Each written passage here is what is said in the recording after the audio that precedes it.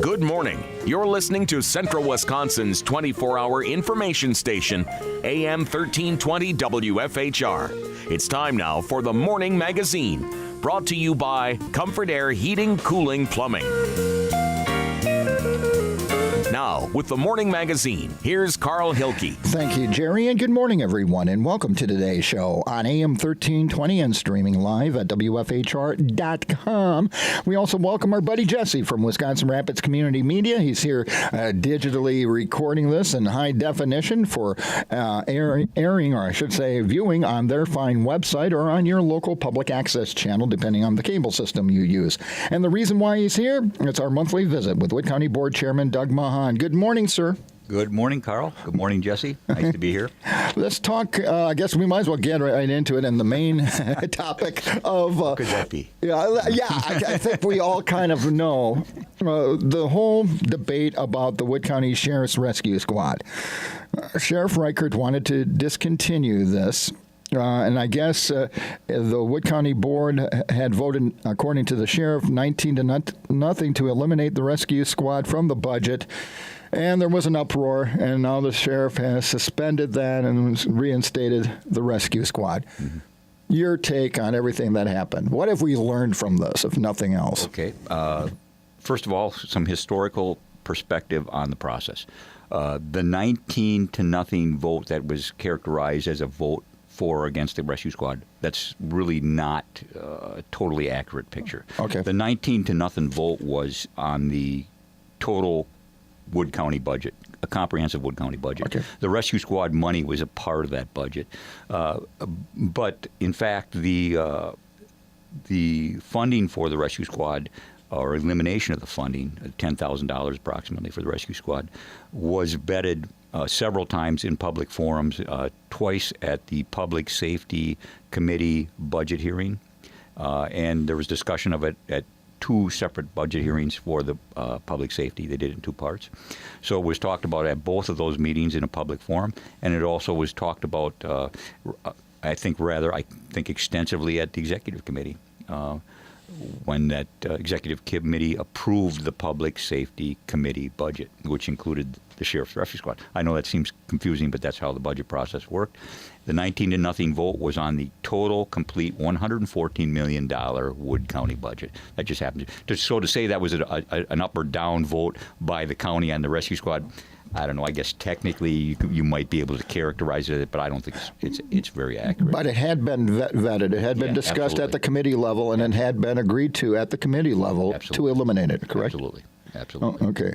So, and there was no apparently, I guess there wasn't any reaction at the committee level. Otherwise, I would think that would have been addressed on the county board floor. And there was discussion. And the sheriff's recommendation was that this was a duplication of services, that it didn't extend equally, treat the entire county fairly, or the same. And so we went with the recommendation of the sheriff on it. $10,000 is $10,000. We were trying to be good caretakers of the taxpayer dollar. We went with the recommendation. There was a significant public outcry, so we react to that. I mean, anybody would. We also do that.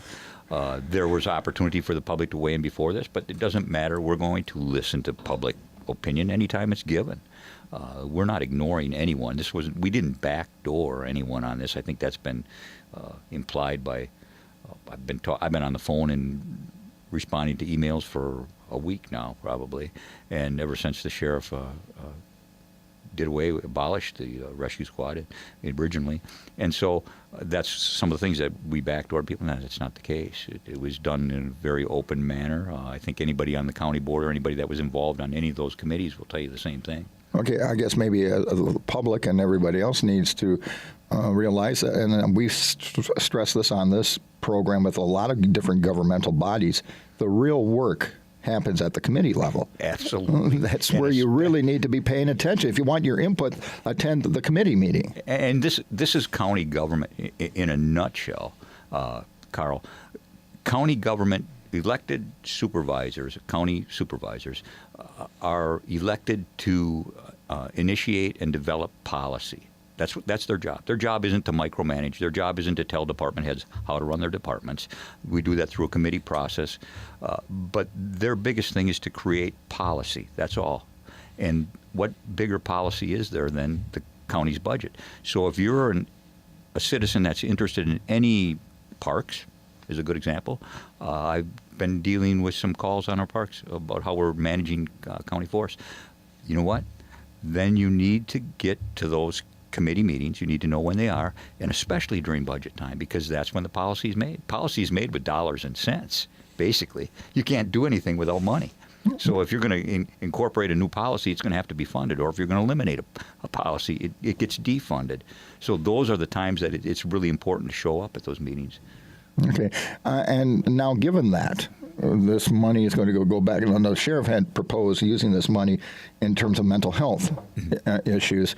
What does this do to the overall budget? No, it's very, very, very little. Okay. We're talking about $10,000 and $114 million. Right, I know. Budget. We're talking about a percent, a small percentage of a percent. A penny. Yeah, probably. I mean, and I never like to characterize taxpayer dollars as flippantly as, oh, well, it's chump change or it's peanuts, because it's money. $10,000 sure. $10,000 is $10,000. You want to hand me, Jess? You want to hand me $10,000? I'll take it. It's so I never like to characterize that. So you want to be good stewards of all dollars, but the fact is, it's a relatively inexpensive service that we provide, and I think that the ball is in the court of the new sheriff, and outgoing Sheriff Reichert did the right thing by reinstating the squad.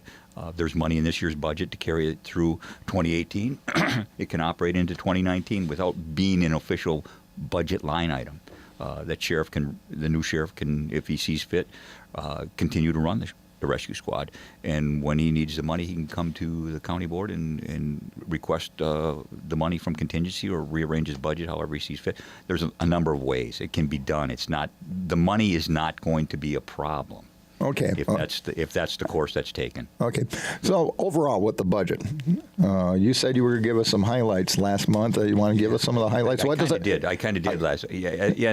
Anyway, and what does it mean for taxpayers? I guess it means a little bit different thing for depending on where you live, because equalized value changed. So right. some townships, some municipalities were up in equalized value. Some stayed the same. Off the top of my head, I can't recall. I think Buren was flat. I think Vesper was flat. I think Millador was actually down in equalized value. I think that probably Auburndale, city of Auburndale, was probably down. So those people will be affected. It's possible that if you live in those areas, you might have a decrease in county taxes. City of Wisconsin Rapids, I believe, was up 5%. Mm-hmm. Marshfield might have been up 6%.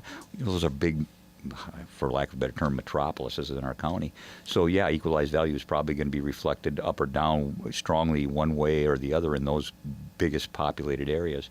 So it depends on what you own, what it's worth now. And in general, the mill rate stayed the same. Okay, the mill rate stayed the same. Okay. And that's, I can't crow about that. I mean, so the mill rate stayed the same. That doesn't mean that your taxes are going to stay the same. I can't. Well, you got all of those other taxing jurisdictions within, depending what municipality you're in and school district you're in, et cetera. I didn't get a chance to read the article, but I saw in the paper that the City of Wisconsin Rapids was going to have a lower tax bill. If that's the case, I need to talk to Zach and see what he's doing. Yeah, there, but we are always have our eye on what we can do to decrease tax levy. It's not easy when you have mandated programs and you have programs that are going to be growing. You can see on the horizon what's going to be happening from the state level now. And of course, now with a new governor, I was going to ask, since you're anticipating what we call in this business a segue, with a new administration coming into place on January 7th. I guess what you're anticipating, but what would you like to hear from the new governor? Well, number one, probably roads. If he's going to come through on his campaign promises, two of his biggest things you would think about were education and roads. Right, roads is a big deal for us. The roads is the start of why we had to do perennial bonding, because we couldn't afford to do our road work out of levy. And we tried not doing it, and that doesn't, guess what? That doesn't work. Roads deteriorate. and you look at cheaper ways of doing things, better ways of doing things, you're always looking at that stuff. But the fact is, it takes dollars and cents, and prices never seem to go down; they always seem to go up. So I would hopefully, I would be hope that the new governor addresses that somehow with roads. If it's initiating some new long-term funding for roads, whether it's getting us some money in next year's budget. We had a sneak peek at what was coming down the road. There were some big things in the governor's budget that were going to change. The governor had himself said that he was going to raise road funding. So whether the new governor can stick with that promise and that's good enough for him is fine. That would certainly mean a kick upwards for dollars for counties. There were some other big initiatives. There's some a new look at juvenile out-of-home placement for care facilities, and because of the shutdown in Lincoln Hills.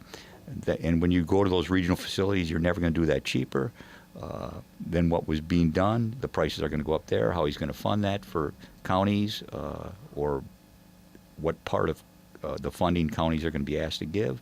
Those are all big question marks. Yeah, well, one of the big things is how is he going to change? Like you mentioned, one was Governor Walker's budget. Well, now that's done. Yeah. I mean, so now it will be Governor Evers' budget, yes, and that he will be presenting to the state legislature. And I'm sure he's probably working on it already, as well as his inaugural speech.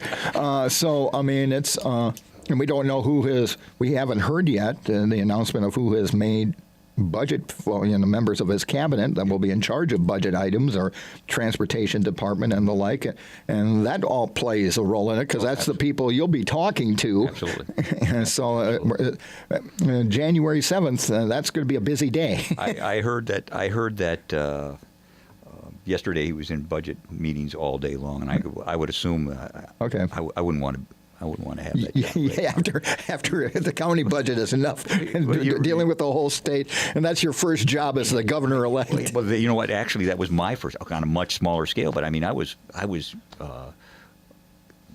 overwhelmed with the responsibility of the budget. I thought that was my number one job, and I guess when I realized I had a lot of help with it and really started to realize this isn't just my job. We have committees, and we have other chairmen of those committees, and we have 19 county board supervisors, including myself, that put that budget together. So once I realized to kind of spread that load out and let committees do what they should do and department heads do what they should do, and they did a good job. I think they did a good job. You never like to see your budget go up, but you're somewhat hog-tied in a way when you have programs that, and hopefully this changes, but that don't get the proper funding from the state level, and you have to pick up the tab at the county level because you're mandated to have those programs. Yeah, you're the administrator of the state. It's smaller, and we've had departments that have managed that very well. I mean, I can talk about our human services. They've been throwing some stuff, and they do a pretty good job of doing, because if you want to talk about mandated unfunded services, they're the ones that really get hit. That and the highway. If you're just joining us on the Morning Magazine, welcome. It's our monthly visit with Wood County Board Chairman Doug Machon. What are some of the things you're most happy about the budget that was approved? Well, I go back to the things that they were small items, but I think that they're items that are could possibly do some great things going forward for us. We did two things in our contingency fund. We earmarked two pods of money within contingency, very small pods, $25,000 each for outside audits, which I think is a needed tool. How often will those outside audits be done? Well, it's going to be up to the executive committee on what they want audited, and I mean this is pretty comprehensive thing where they're not going to be stuck on doing just financial stuff. It could be a thing we could have someone come in and audit our policies. You know, we could take a look at all of our county-wide policy and say, hey, you know what, this policy here is costing you $50,000 a year.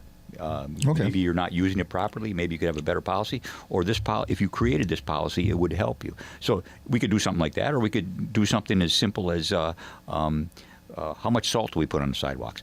It can be anything. Sure. The fact is, my particular premise for instituting that was we don't look at ourselves very well. I don't think any organization tends to look at themselves very well. If you're going to do an audit of the radio station, if Pam does it, how well is she? Is she going to be biased? Absolutely, she's going to be biased. So you say, well, I'll get another radio station to do it. Okay, well, what's a radio station going to be biased? Probably.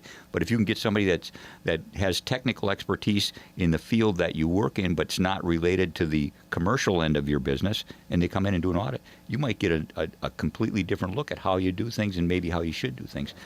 That's a second set of eyes. That's what we're going for. And I think that's what the executive committee decided that's what we should go for. And I think I commend them for doing that. Another thing is the renewables and sustainables, $25,000.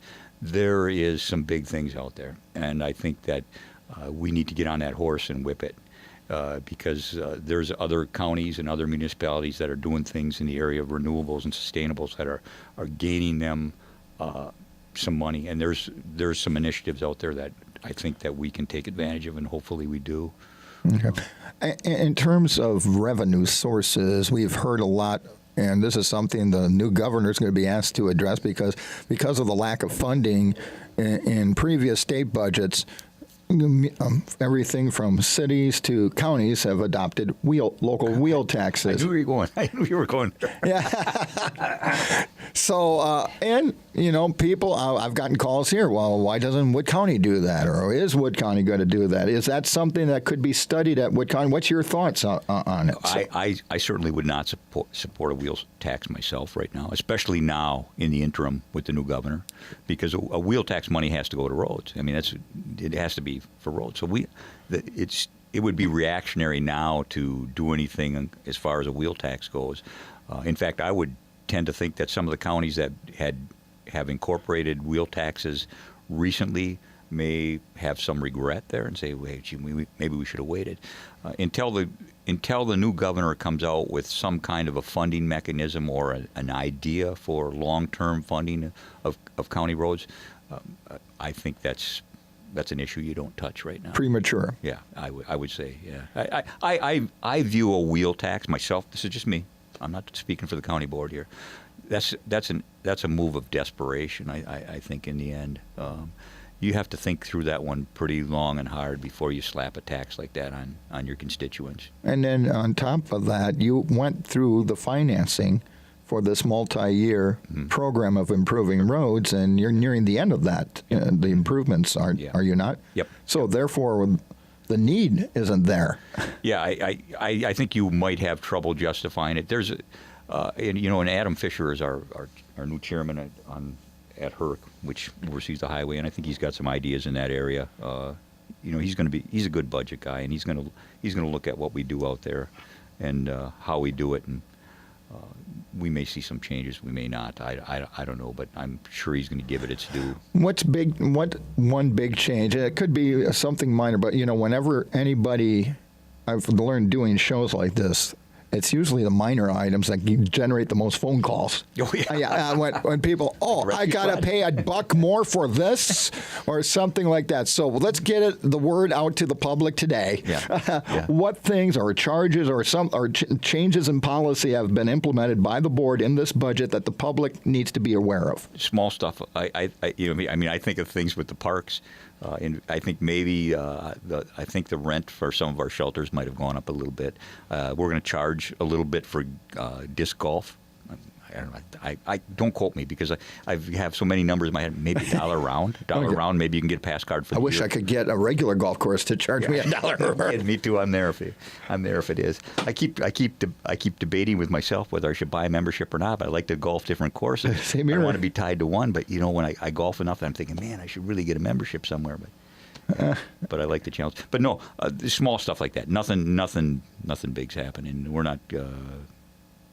Some of the permits might have gone up. Some of our permits were not on par with our surrounding counties, and I think we rectified that. Did the county go along with the idea you had talked about, and I think at the committee they talked about of seasonal pricing for campgrounds? Yeah, we're going to do something there. So, and that's again, that's Chad Schooley's deal. He with the parks, he does a good job. Parks are. We've got some things coming up with the parks that are going to be interesting coming up. We've got the plans out there for Powers Bluff. We're developing now in the process of the ATV trails are a good example too. He's been involved with that along with our zoning and planning people, but. We look at the development of ATV trails and adjoining to our neighboring counties as a good thing for economic development. Hopefully we drive some economic development. We're going to dedicate some campsites at Dexterville specifically for ATV riders. I think that's a great idea. I think if you put them there, you may see a great use of those, and it may spawn some economic development and some businesses on those trails, along those trails. We'll see. Of course, as we get ready to enter the winter season, I had the head of the or one of the members of the Kellner Knights Snowmobile Club here talk.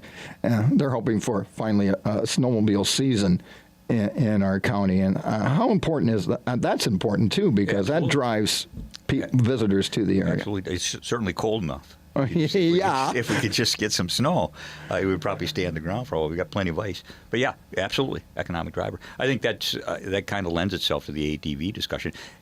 And I think what you're seeing, I know my wife and I have some property in Michigan, and what you've seen up there is the emergence of the ATV trails and the newer type ATVs, multi-person, almost like cars. A lot of them have air conditioning stuff. You're picking up some of that gap or some of that lack of that snow coverage that you saw with snowmobiles, where people are riding more on ATVs and UTVs in later months without the snow cover. So you kind of got some slack being taken up by that. I know we are up in Michigan. I can go just about anywhere I want to in a UTV instead of my truck.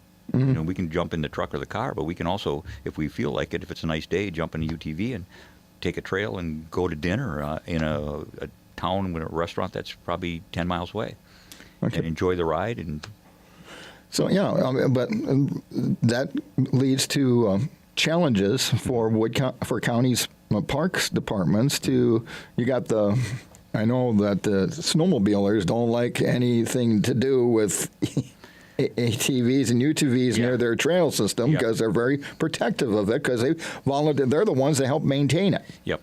And there's a slight difference from what I'm told. I'm not an expert on this by any means. Neither am I, sir. But I'm told that one of the unique dynamics of the snowmobile trails is that a lot of them go across public lands, farm fields that aren't being in use, and in the wintertime in particular. So you're not going to be doing that with ATV trails because there's going to be corn growing there, or there's going to be there's a bigger disruption of the soil and the ground with an ATV or UTV than there is with a snowmobile going over frozen ground that has snow cover on top of it. So there's some unique differences to each type of transportation vehicle.